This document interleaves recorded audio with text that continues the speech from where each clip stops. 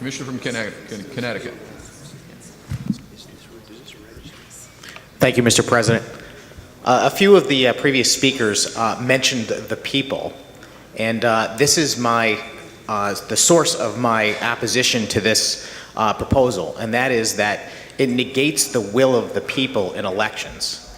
There are already term limits. It is called Election Day, and each elected representative on a state or federal level has to win that election to continue their service. I think the desire for term limits stems from the concern that some people have been in office for a very, very long time that we disagree with. The fact that we disagree with them is not necessarily the reason for their required removal. I think that certainly some people do agree with them, otherwise they would not be getting reelected. The answer to this problem is simply to work hard to change the hearts and minds of the people in those districts to replace those folks, not to create an artificial solution in the form of term limits. And I'll be voting no, Mr. President. Thank you. Thank you, Commissioner. Commissioner from Maryland. Thank you, Mr. President. I rise in opposition to this amendment. I support term limits, but I think that this is an issue that divides us. This would jeopardize the ratification of the overall effort, and this is something we could do on our next effort. Once we get the fiscal restraints passed, we could then take up term limits. For that reason, I would oppose this. Thank you. Thank you, Commissioner. Commissioner from Virginia, and then I'll go from Virginia, New York, Washington. Commissioner from Virginia is recognized. Thank you, Mr. President. The Virginia delegation is sympathetic to the objective of this amendment, but I also understand some of the objections about the unintended consequence of ceding authority to unelected staff, unelected lobbyists, unelected people in the executive branch. And so I'm wondering if a better balance might be achieved if we amended this resolution in the first line from 6 to 9, and in the third line from 2 to 3. That would mean 18 years for members of the House and members of the Senate. And I so move that amendment. The motion is to amend Proposal 1 on line 1 from 6 full terms to 9 full terms, and from 2 full terms to 3 full terms in the Senate. Is that correct? That's correct. Thank you. Motion is to amend as stated. Do I hear a second to the motion? Motion is seconded from the Commissioner from Arkansas. Discussion to the motion to amend. If you are standing to speak, it is to the motion to amend. Let me go to North Carolina, then Oklahoma, then Texas. North Carolina, this is to the motion to amend. Thank you, Mr. President. I would be against this motion to amend. I don't want to go back and explain to people that we passed term limits for Congress and now you can only serve for 36 years. I think if we're going to do it, it should be something meaningful, and I hope that we will defeat this amendment. Thank you, Commissioner. Commissioner from Oklahoma. Thank you, Mr. President. Yes, I make that same point, 36 years. I've been in 4 years. If you want to live in the capital in your state or in Washington, D.C. for 36 years, you're probably not the person we want there. So I think a limited amount of time. I think the original proposal is a well thought out time allowed for people to be there. I think that's well long enough. If you want to live longer than there, maybe find a different country to live in. I'm reminded that we're exceeding our bandwidth. If you're not speaking, if you would please have your mic turned off. That's probably good practice in any event, but if you're not speaking, have your mics turned off. I'm going to go to Texas, then Oregon, then Tennessee. Don't you use my stats either? I got them. Commissioner from Texas. I rise in opposition to the amendment. The term limits amendment isn't designed to deprive people of their democratic right to vote for or against the candidate of their choice. Congress itself has protected incumbents through finance legislation and through restricting the political activities of the people. As a result, we have a congressman who's walked on the House floor before man walked on the moon. So we can make it 9 full terms in the House. We could make it 26 full terms in the House so the gentleman from Michigan can run one more time.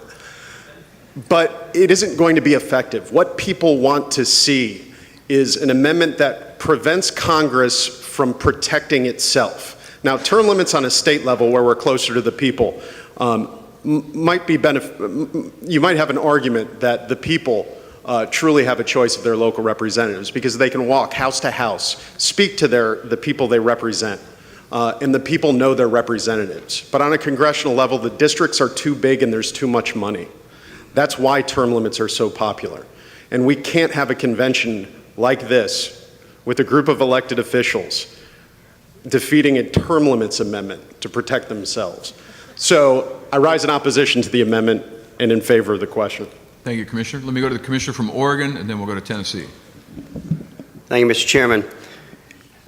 Members, I rise in opposition as well to this amendment. I caution the body as a whole. In committee, this topic took 4 hours to come up with these numbers. And to my fellow committee members, I apologize for my redundancy because I asked this question 2 times, and I'll ask it again.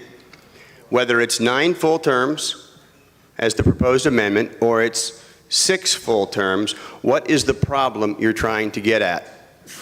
And does a term limit of any nature, of any time frame, reduce the power and the reach of the federal government? That is the question that you have to ask.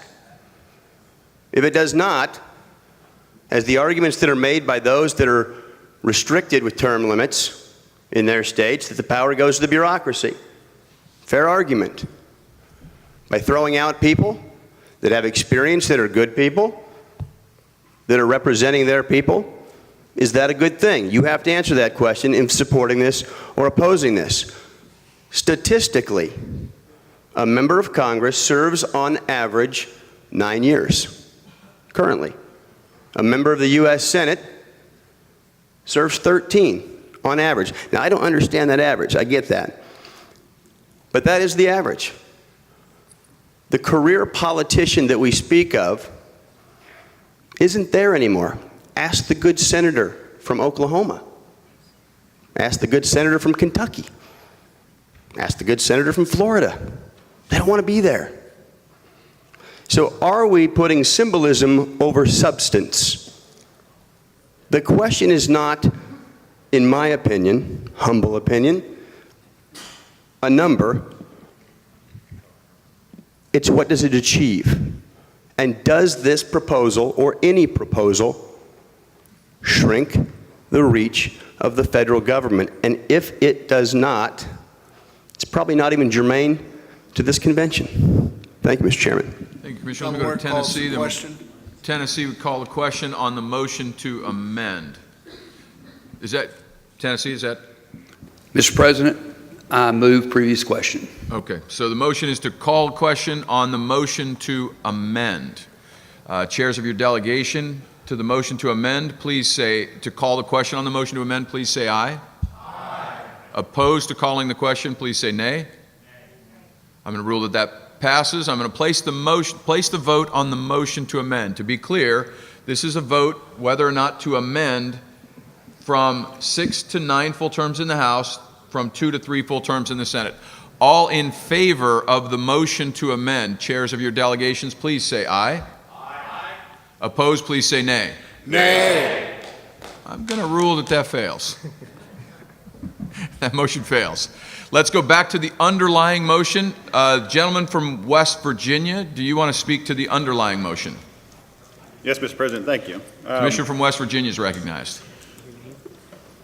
Robert Carnes, West Virginia. I guess I haven't done that before. But I rise in opposition Commissioner, could you raise your microphone, please? I rise in opposition to the underlying proposal for a variety of reasons. Some we've already heard from other members around the body, but I would just submit to you that Oklahoma has term limits, as I understand it, and Oklahoma is still Oklahoma. California has term limits, and you know what? It didn't fix California, not one little bit. In all due deference to the commissioner from California, What this does, especially in the particular way that it's written, and I think we all know it because we're all legislators, this empowers the bureaucracy, it empowers the lobbyists, because we don't term limit the bureaucracy, we don't term limit lobbyists. They get to stay there, they get to understand the game, they get to run the game, and what this is going to do is allow them to have even more power to do that, because they know that whenever they have someone who is pushing for something that the people of a particular state or the nation in this case want, all they have to do is outlast them. And I think I've heard from people who are from term-limited states that that's exactly what they've been told by lobbyists, and exactly what they've been told by members of the bureaucracy is that, guess what, in a couple of years you won't be here, but I'll still be here. This is going to empower those folks. Now, I am a term limits guy, but the problem with this is the absolute nature of it. And so first, it needs to, if we're going to actually do a term limit, it should be a window, a time where you have to sit out for a period, because the real question that we have with these long-serving members of Congress is that they have the power of incumbency. And the power of incumbency means a 90+% reelection rate whenever they run for reelection.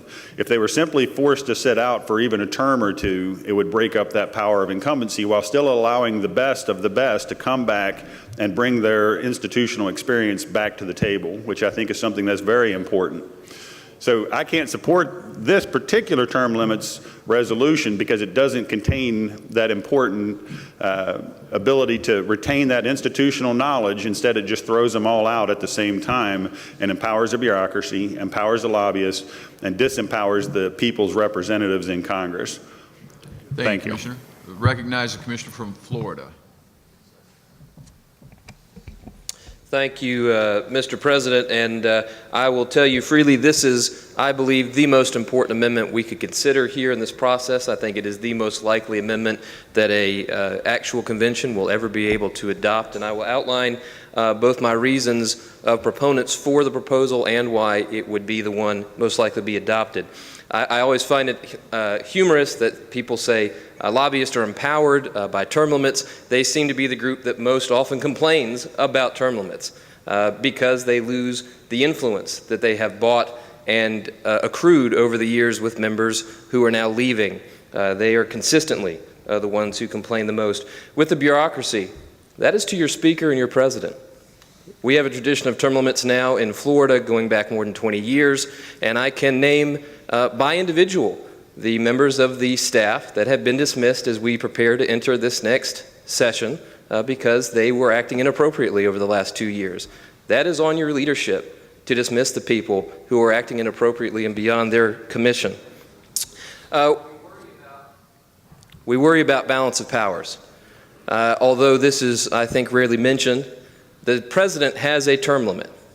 George Washington set a great example by retiring after 2 terms, but that branch is at a distinct disadvantage to the other 2 branches. I think a part of the problem with the way in which Congress behaves today is that they not only ignore us, but they ignore a president in their final term, knowing full well that there is no threat the president can bring, particularly in those last 2 years. Congress, particularly the House, has grown out of proportion. Now, I don't know of a great solution yet to this question, but you'll recall that when the convention came together that proposed what ultimately became the Bill of Rights, actually sent out 12 amendments. The 11th of those we adopted about 25 years ago, which limits the way in which the Congress can compensate itself. The 12th was to set the size of districts to an appropriate level so that representation was actually real. I don't think any of us would submit that representation of 600,000 plus people by a member of the House is in any way constructive. I also don't know how we solve the problem that making it constructive would mean a House of maybe 2,000 members. When you look at the proposals we're considering today and the ones that have been discussed in the committee, demonstrably term limits have the support of the people. Somewhere in the nature of 80% nationwide if you average the support, and it's been adopted in many of the states. I think as we think about the amendments that we should put forward for an actual convention to be ratified, we should take the example of those reforms which have been adopted within our states and have been done so effectively. Lastly, Mr. Brockaway from Georgia has encouraged me to share a story that I added to our discussion in our subcommittee yesterday. It's the difference between dogs and cats. That's one I heard when I first got elected. A dog wakes up each day and looks at the owner, watches the owner pour its food, shower love upon it, and the dog thinks to himself, "My owner must be a god with all the power that he exercises." The cat wakes in the morning, looks at the owner filling the food bowl, showering love upon him, and thinks to himself, "I must be a god for how this owner treats me." And the important fact is to remember that many of us enter the legislative process as dogs, and we must be sure not to leave as cats. Thank you, Mr. President.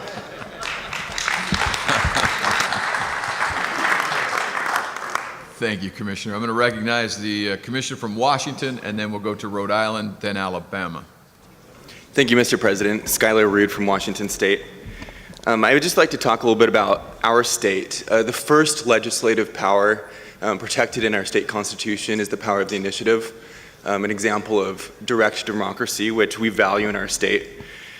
I'm opposing this amendment. I believe this would, to echo the words of the gentleman from Connecticut, take away choice from the voters, which I think would be very inappropriate. To question the judgment on a national scale, to question the judgment of the constituents of a specific congressional district or state. The only reason this is being proposed is to negate the will of the voters. So I'm a no. Thank you, Commissioner. As you notice, we have a number of people that want to speak to this. If you can keep your comments concise as possible. Going to come to Alabama, and then Rhode Island, then Alabama, and then we'll go to Louisiana. Thank you, Mr. President. To preclude the possibility of gubernatorial appointments, I would like to amend this to no person shall serve more than 6 full terms, So we just wanted to break in here briefly for a moment as this debate on term limits is going on. I think this is one of the most contentious and interesting debates of the convention. We saw this in the committee hearing, but I also wanted to point out over to my left over here, there is an off-floor caucus taking place, and these are actually taking place with relative regularity around the room. So looking to my left, what we have is we have Senator Coburn over here, and he's caucusing with the Oklahoma delegation. There's also a delegate from Michigan over there. And what they are discussing is term limits, something Senator Coburn is deeply interested in. He's an expert on the subject. And so what I just wanted you folks to see is that's going on all over the room at different points here during the convention. You have various members, various delegations get up and caucus together, not just within their states, but across state lines. So that's the kind of wisdom that's being exchanged here. It really adds to the floor debate. I just want you to know that that is pretty much going on constantly. So we're going to take that back to the front of the room now.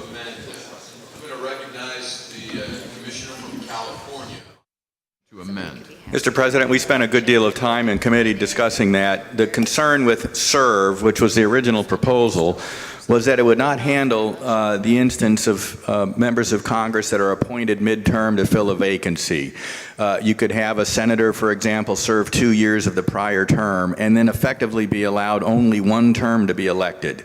We did not want to truncate it that much, and the change from serve to elected accomplished that purpose. Thank you. From the discussion of the committee. Commissioner from Arizona, then we'll go to Missouri. This is to the motion to amend. To the motion to amend, the Commissioner from Missouri. Mr. President, I was seeking recognition to speak earlier on the underlying motion. I wish not to speak on the amendment. I'll come back to you then. Again, to the motion to amend. Anyone else that wishes to speak to the motion to amend? Commissioner from Wyoming. Call the question. We'll call the question on the motion to amend from elected to serve. Do I have a second I have a second from Georgia. We place the motion to call the question. Chairs of your delegations in favor of calling the question, please say aye. Aye. Opposed, say nay. I'm going to rule that sleepily passes. Place the motion.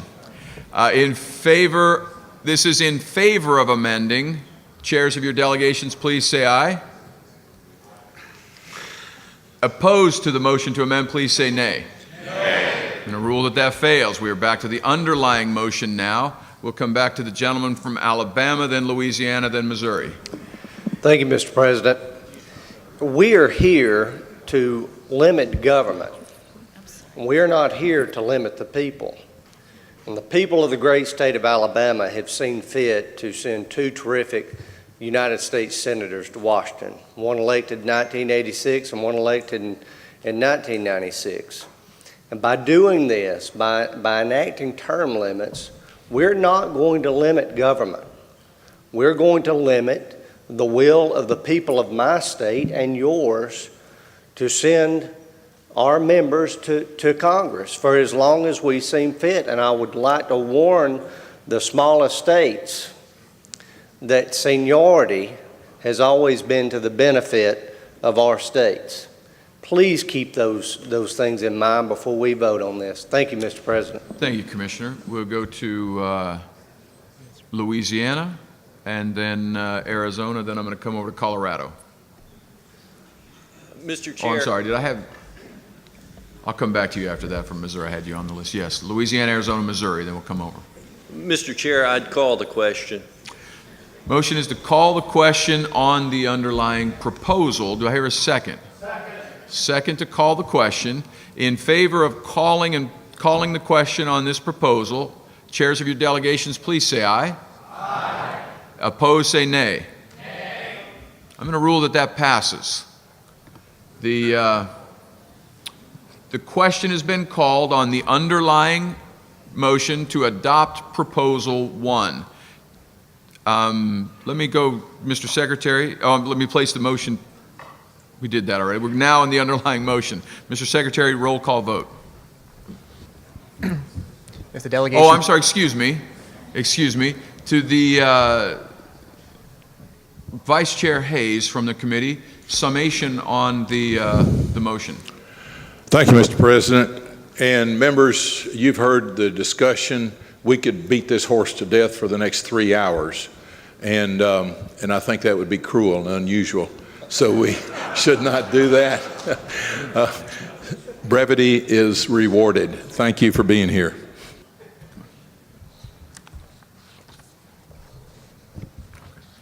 Shall I call the roll? Yes, Mr. Secretary, please call the vote. Alabama. Alabama votes no. Alabama votes no. Alaska. Alaska votes no. Alaska votes no. Arizona. Arizona votes no. Arizona votes no. Arkansas. Arkansas votes yes. California. No. California votes no. Colorado. Aye. I'm sorry? Yes. Colorado votes yes. Connecticut. Connecticut votes no. Connecticut votes no.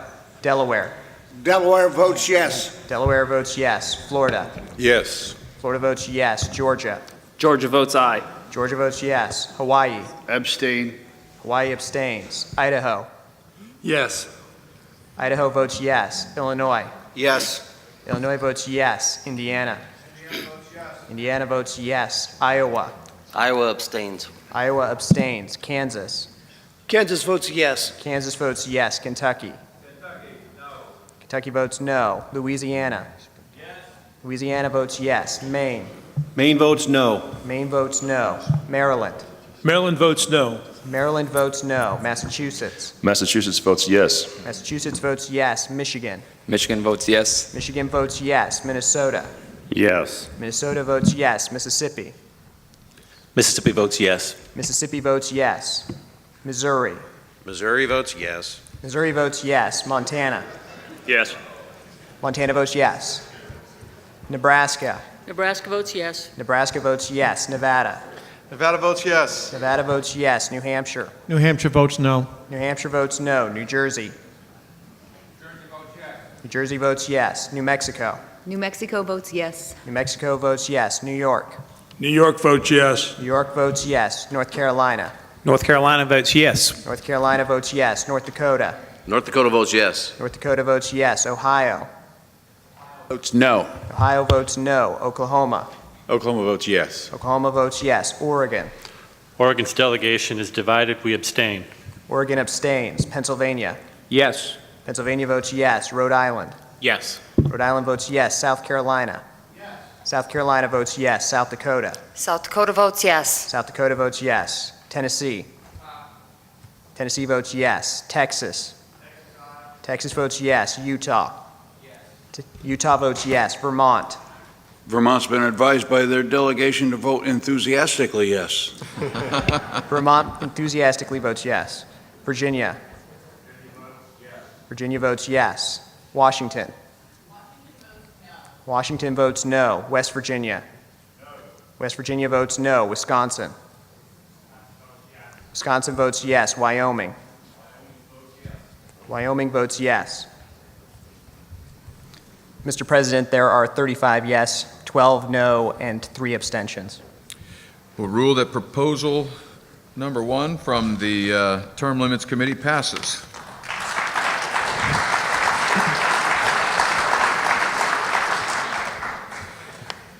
With that, in the order that we've laid out, we're going to go to Proposal 2 from the Term Limits Committee and then work our way backwards. So we are now back to the Term Limits Committee, to the Chair, Chair Wilkins.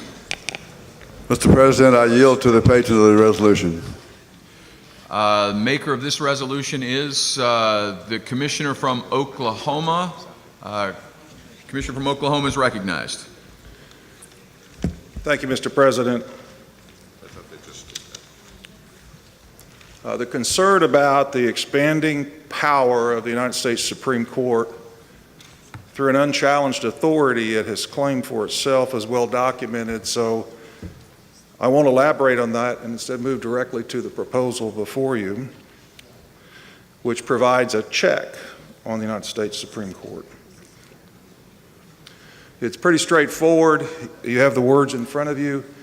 Any decision by the Supreme Court may be vacated by a resolution passed by the legislatures of 3/5 of the several states or by 2/3 of both houses of Congress.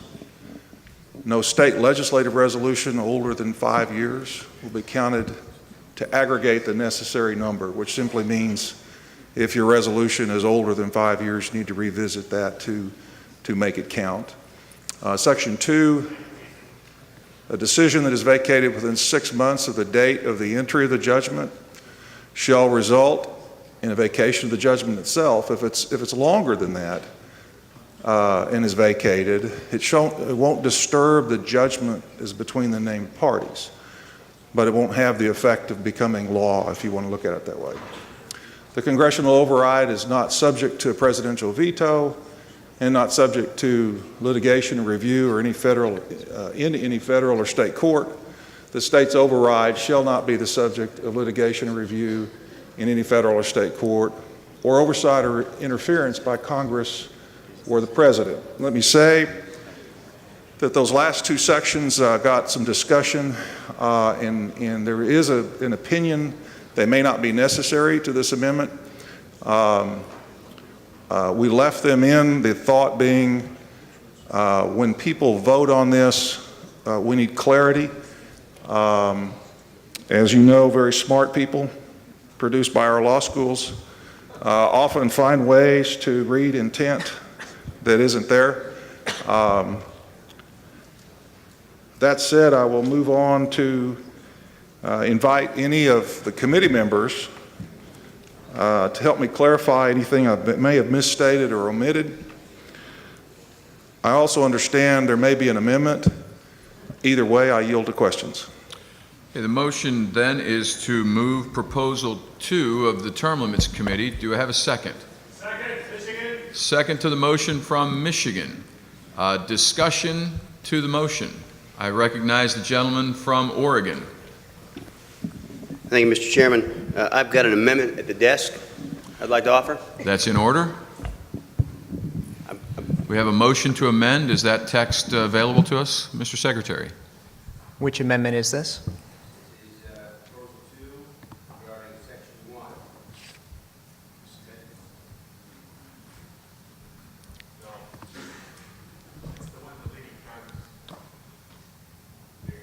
So the motion reads, deleting the phrase, or by 2/3 of both houses of Congress, so that Section 1, if amended, would read, any decision of the Supreme Court may be vacated by a resolution passed by the legislatures of 3/5 of the several states.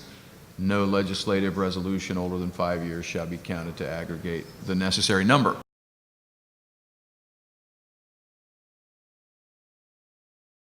You have proven that the people are ready to hold the first Article 5 convention in the history of this country. I congratulate you, I salute you, may God bless you. Thank you for being here, and let's get to work.